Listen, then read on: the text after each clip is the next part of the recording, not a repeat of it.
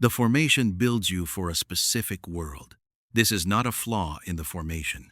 It is the nature of all preparation. You prepare for the world as it is, not for the world as it might become. The doctor studies the diseases that currently exist. The soldier trains for the tactics that current adversaries currently employ. The intelligence officer learns to read the specific signals that the specific environment currently produces. The preparation is accurate. The preparation is complete. The preparation produces someone who is precisely calibrated for the world that existed when the preparation was designed. And then the world changes. Not gradually. Not in the way that would allow the formation to update itself in real time, incorporating the new data, adjusting the calibration, producing someone who is simultaneously what the old world required and what the new world requires. The world changes the way the wall came down in a specific week, in a specific November, with a specific crowd of people on top of it, with hammers, and the formation is suddenly a map of a city that has been rebuilt overnight, accurate in every detail. Useless for navigation. I arrived in Bonn in September of 1988. The Cold War was still the Cold War. The wall was still the wall.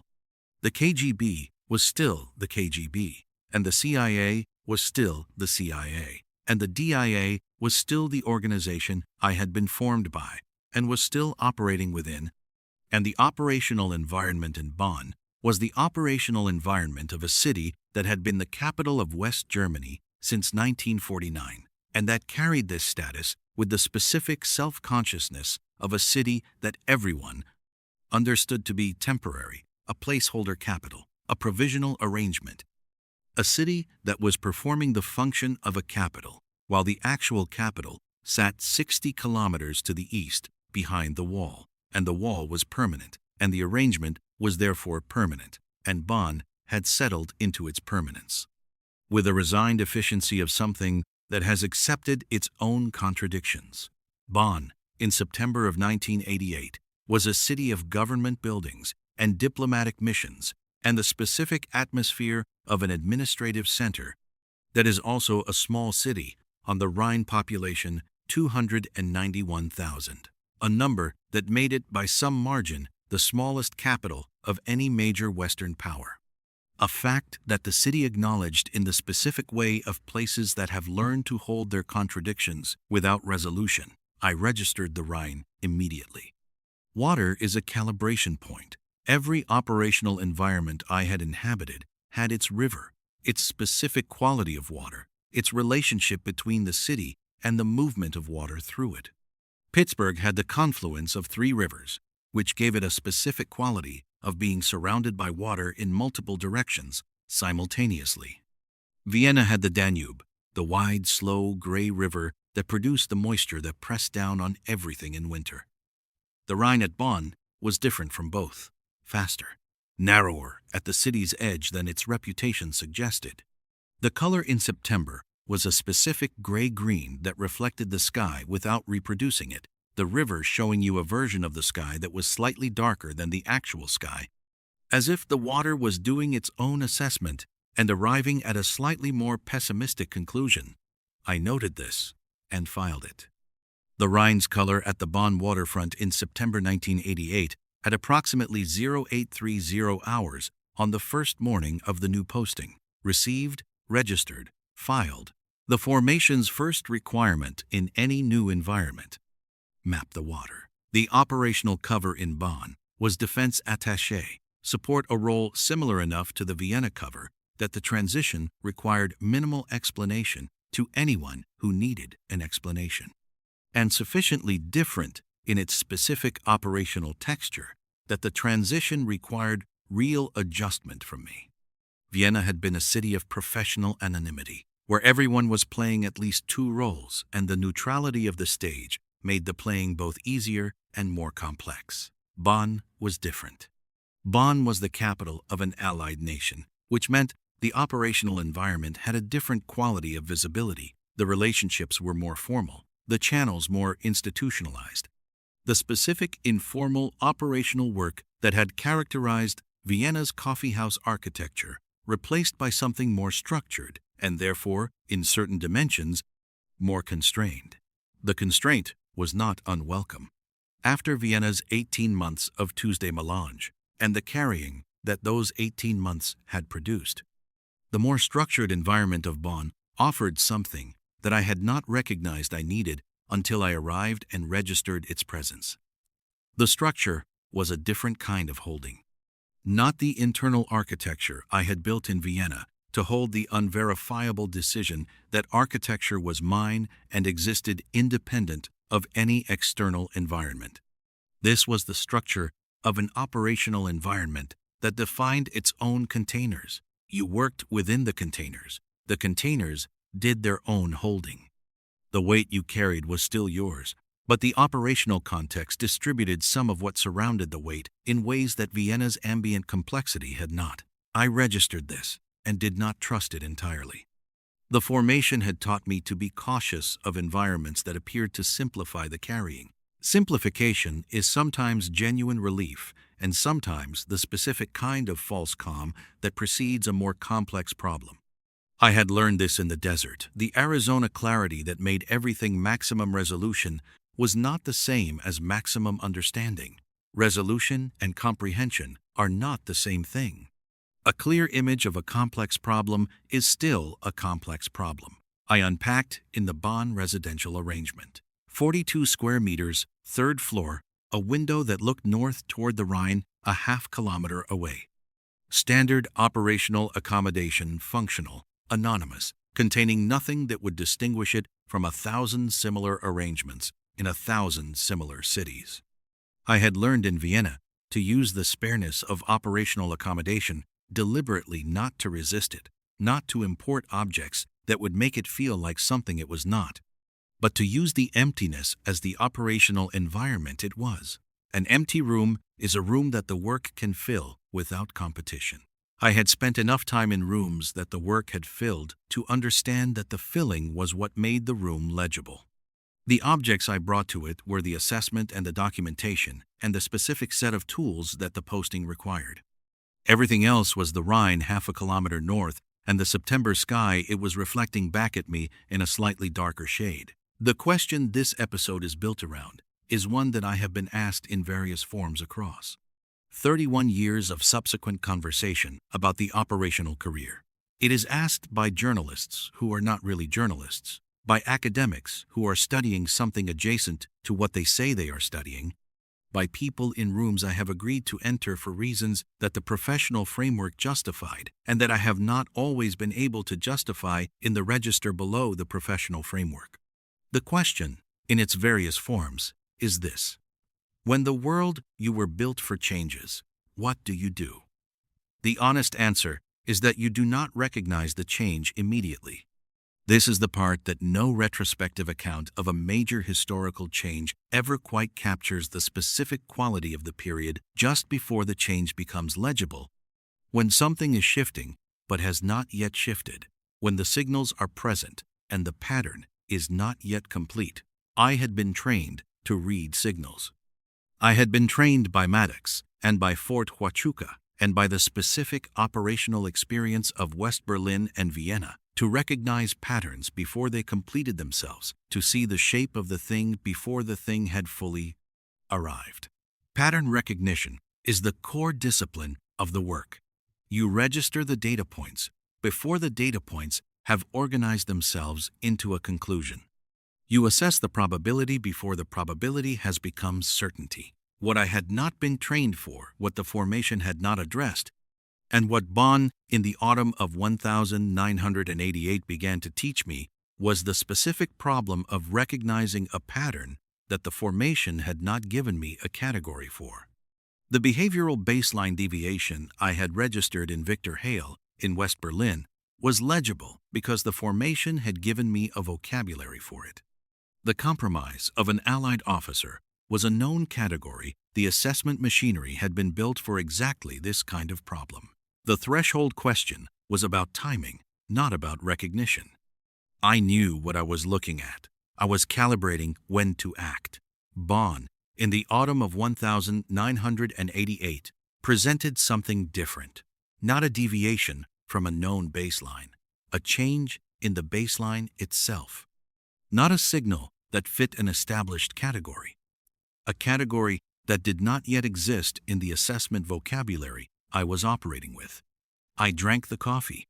The Rhine was visible from the window if I stood at the right angle, a thin horizontal strip of gray-green between the roof lines of the buildings to the north. The operational documentation was on the desk.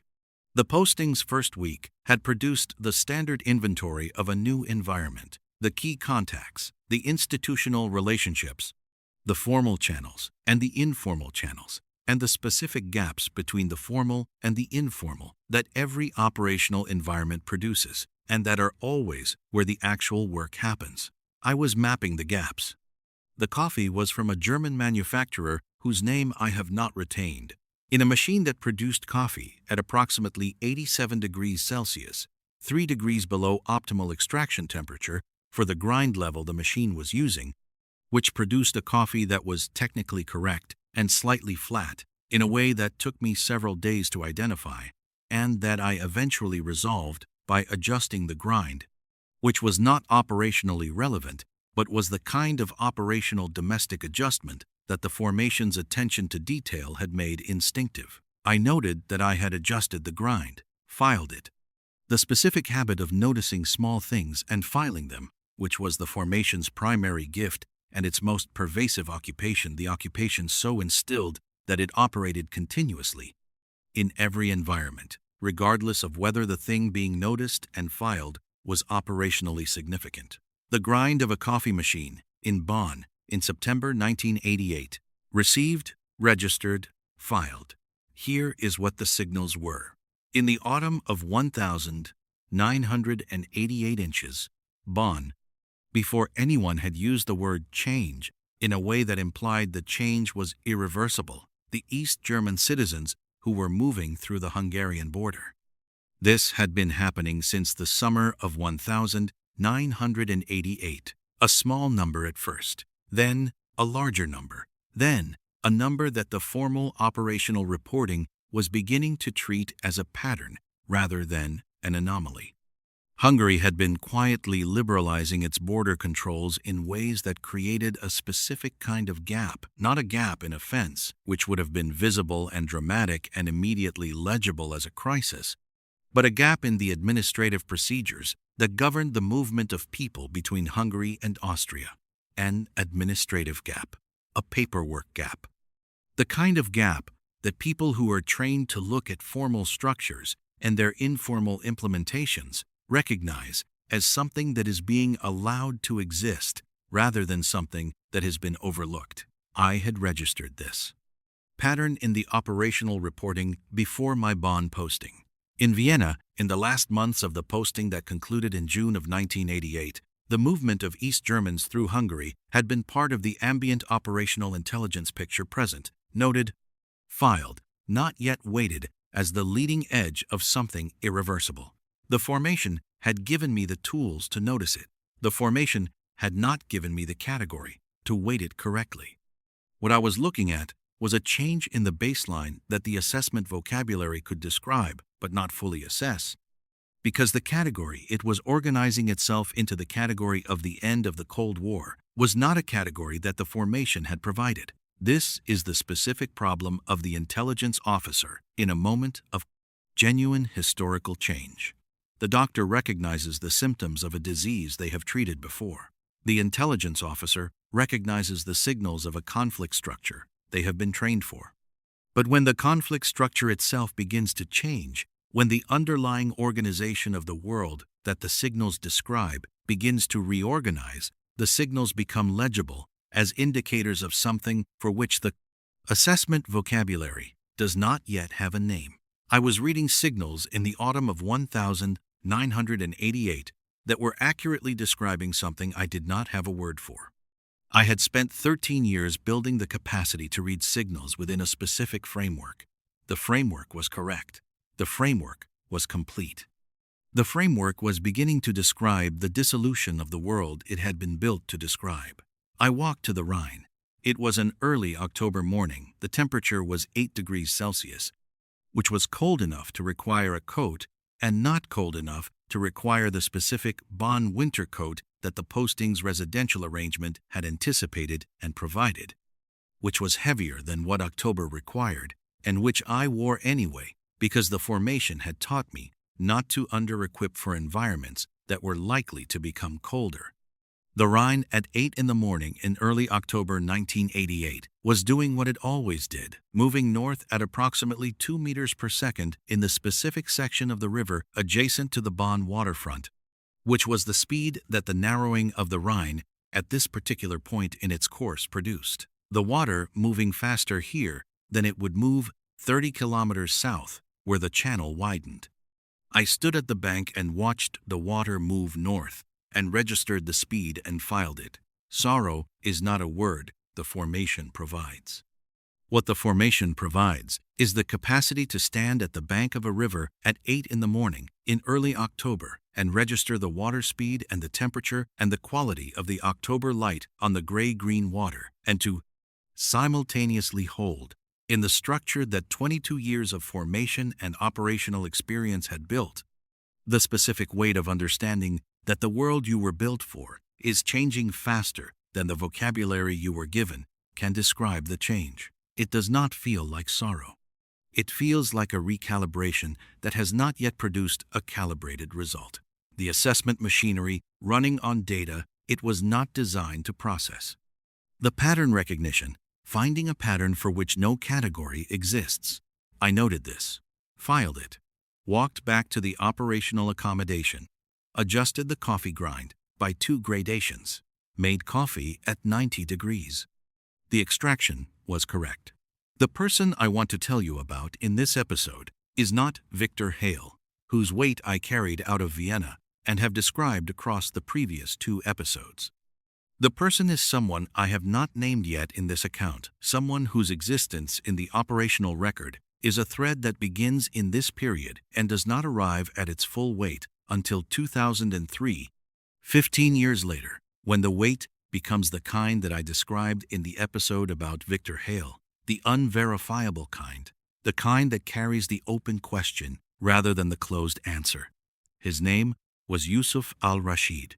He was a Jordanian national, 31 years old in the autumn of 1988, working as a cultural liaison for a regional organization whose specific function created regular, legitimate access to the kind of people and institutions that intelligence work finds valuable to be adjacent to. He was not a source in the formal sense at this point, not run, not tasked, not formally recruited into any relationship with any intelligence organization. He was a person who existed in the operational environment that my Bonn posting was adjacent to, and who came to my attention through a pattern of his own. The pattern was this. Yusuf Al-Rashid, in the autumn of 1988, was one of approximately 12 people in the specific operational adjacency I was mapping, who demonstrated a capacity to read the changing environment before the assessment vocabulary had produced language for the change. He was not an intelligence professional. He had not been through a formation. He had not spent years building the specific calibration that the work required. He simply, and I use the word simply deliberately, understanding that it is inadequate, saw what was happening in the geopolitical environment of late 1988, with a clarity that the people around him, most of whom were significantly better resourced and trained to do exactly this reading, were not demonstrating. I noted this, filed it. The file was thin in the autumn of 1988, a name, a description of the pattern I had observed, a probability weight assigned to the observation, a notation that further observation was warranted. Not a source, not a recruitment conversation. A name in a file that was thin, and would remain thin for years, and would eventually become the weight that the autumn of 1988 could not have anticipated. The file on Yusuf Al-Rashid in the autumn of 1988 contained 47 words. By 2003, it would contain significantly more. By 2003, It would be the file I returned to in the specific way that the formation teaches you to return to files that contain unverifiable weight, the way that does not produce resolution but does not pretend the weight has resolved itself either. I am not telling you what happened with Yusuf Al-Rashid in this episode. His story belongs to the period where it arrives at its weight, and that period is not this period. What I am telling you is that the autumn of 1988 inches Bonn was when the thread began, when a name entered a file that was 47 words long and stayed there, thin and patient, for 15 years. There is a question that belongs in the middle of this episode, and I will ask it now. Because the structure of these accounts places the questions where they belong, rather than at the beginning or the end, where questions are expected, and therefore slightly less likely to produce the specific kind of response that a question in an unexpected place produces. The question is this: when the framework you were built for begins to dissolve, how do you know whether what you are experiencing is the dissolution of the framework or a failure of your own calibration? This is not a rhetorical question. It is the specific operational question of late 1988 and 1989, and it has a specific texture that I want to describe before I move further into this episode. When I registered the pattern of East German citizens moving through Hungarian border gaps in the autumn of 1988, the pattern was legible, the signal was clear, the data points were organizing themselves into something. The question was whether what they were organizing into was a temporary pressure release in a stable system, the kind of anomaly that established frameworks absorb and incorporate, and that does not change the framework's fundamental architecture, or whether what they were organizing into was the beginning of the framework's dissolution. Whether the anomaly was the exception that proved the rule, or the first evidence that the rule itself was changing, the professional assessment machinery does not answer this question easily. The professional assessment machinery is built to distinguish signal from noise within an established framework. It is not built to determine whether the framework itself is signal or noise. The meta question, whether the thing you have been trained to see is the thing that is actually there, or whether the training itself has produced a specific kind of blindness to the thing that is actually there. This is not a question the formation addresses. This is the question that the autumn of 1988 pressed into me with the specific force of something that would take years to answer. I walked to the Rhine again. It was a different day. The temperature had dropped to 5 degrees Celsius, which meant the specific Bonn winter coat was now correct, and I wore it without the slight self-consciousness I had worn it with when October was warmer than the coat anticipated. The river was the same river moving north at approximately 2 meters per second, the gray-green water doing its own assessment and arriving at its own conclusions. I stood at the bank for 11 minutes. This is longer than the 45 seconds I had stood outside the Café Landmann in April. 11 minutes is long enough, at 5 degrees Celsius at the Rhine waterfront in November, to understand that the standing is the work, not the thinking, not the assessment. The standing, the physical occupation of the bank, the watching of the water move north, the specific quality of cold that November Rhine water produces in the air above it, this is the work. The formation calls it observation. What it is, in the register below the vocabulary, is a kind of patience that has become structural. The willingness to stand at the bank and watch the water and not yet conclude. I did not conclude. I walked back. The coffee machine was at 90 degrees. The extraction was correct. The Rhine had moved approximately 1,320 meters north in the 11 minutes I had spent at the bank, which was the product of the 2 meter per second current rate and the 660 seconds of the observation period. The water that had been at the bank when I arrived was now 1,320 meters downstream. The bank was the same bank. The water was always different water. This is what Maddox had been pointing at in 1981, in the Thursday sessions that the formation is built around. In the language that the formation uses to describe what it is building, the bank does not move, the water does. The capacity to be the bank, to hold position, while what moves through you continues to move, is what the formation is building. And the specific test of whether the formation has succeeded is not whether you can read the water when the water is moving in a known direction. It is whether you can hold the bank position when the water begins moving in a direction the bank was not built to anticipate. November 1988. The water was moving in a direction I had not been built to anticipate. I held the bank. The Berlin Wall came down on the 9th of November 1989. I was in Bonn. The specific location within Bonn was a building whose address I will not use, involved in work whose specific nature I will not describe, with people whose names are not mine to name in this account. I heard it the way most of the people in that building heard it, through a television in a room adjacent to the room I was working in.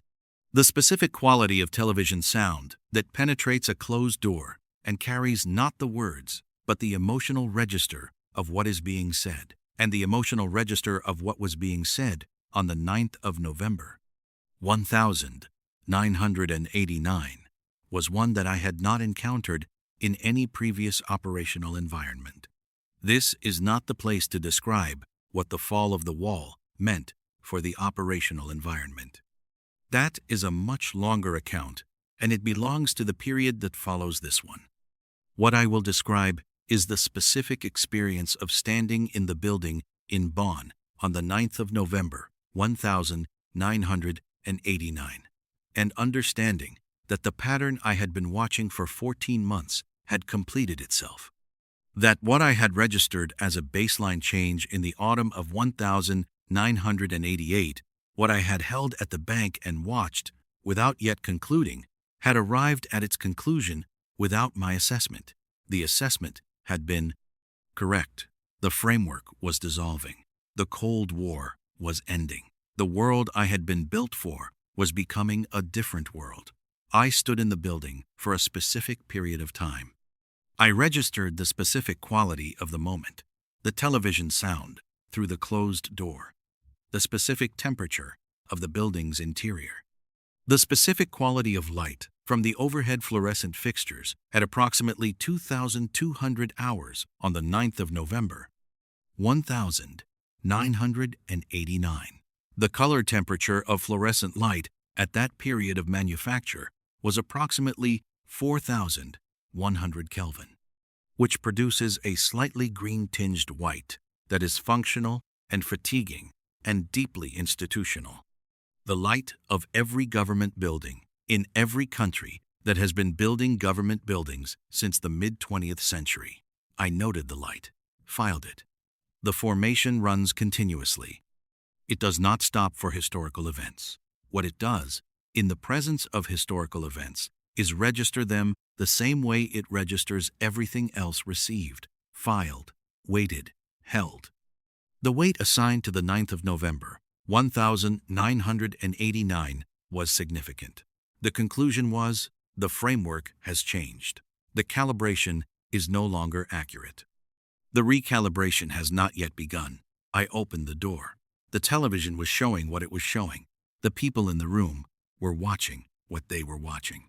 The world that had organized my professional life since my formation began in 1981 was in the process of reorganizing itself, and the reorganization was happening in real time, on a television screen, through the sound of a crowd of people in Berlin doing something that the framework said was impossible. The framework was wrong about the specific timing. It was not wrong about the pattern. The pattern I had registered in the autumn of 1988 had been accurate. The category I had not had for it, the end of the Cold War, had arrived and had provided its own name. What do you do when the world you were built for changes? You do what the bank does. You hold your position, not because holding position is comfortable, it is not. Not because the water moving in an unexpected direction is something the bank has a good strategy for, it does not. But because the bank's function is to hold position, and the function does not change when the water changes, the bank that abandons its position when the river changes course is not a bank anymore. It is just more water. The formation had built a bank, a specific architecture of professional judgment and personal discipline and operational capacity that was calibrated for a specific river. The river was changing. The bank held. What this meant practically, what it meant in the months that followed the 9th of November, 1989, in Bonn, and then in the operational environments that followed. Bonn was a specific kind of work that the formation had not directly prepared me for, but that the formation's architecture was sufficient to undertake. The recalibration of the assessment vocabulary. The construction of new categories for new patterns. The specific discipline of recognizing that the framework that had been accurate was now partially inaccurate, and that the partial inaccuracy required identification before it could be corrected, that you could not correct what you could not see, and that seeing what was wrong with the framework required using the framework itself, which was a specific kind of problem that the formation addressed through what Maddox had called recalibration in a Thursday session in 1982 that I have returned to many times in subsequent operational experience. Maddox had said this. In that Thursday session, 7 years before the wall came down, the most dangerous moment in any calibration is not when the calibration is wrong. It is when the calibration has been correct for long enough that you have stopped questioning whether it is still correct. The stopped questioning is the problem. The calibration maintains its accuracy only if the questioning continues. Stop the questioning, and the calibration becomes a closed system, still internally consistent, still producing results, still legible as accurate, because every measurement it takes is taken with the same instrument that has already decided what it is measuring. The 9th of November, 1989, was when the questioning became unavoidable. The calibration had been correct. The calibration was now partially wrong. The questioning had to begin. I stood at the Rhine the next morning. The water was moving north at approximately 2 meters per second. The gray-green color was doing what it always did. The temperature was 4 degrees Celsius, which was cold enough to produce the specific quality of breath vapor that cold mornings at riverbanks produce the breath visible as a small temporary cloud that the air absorbs within 2 seconds of production.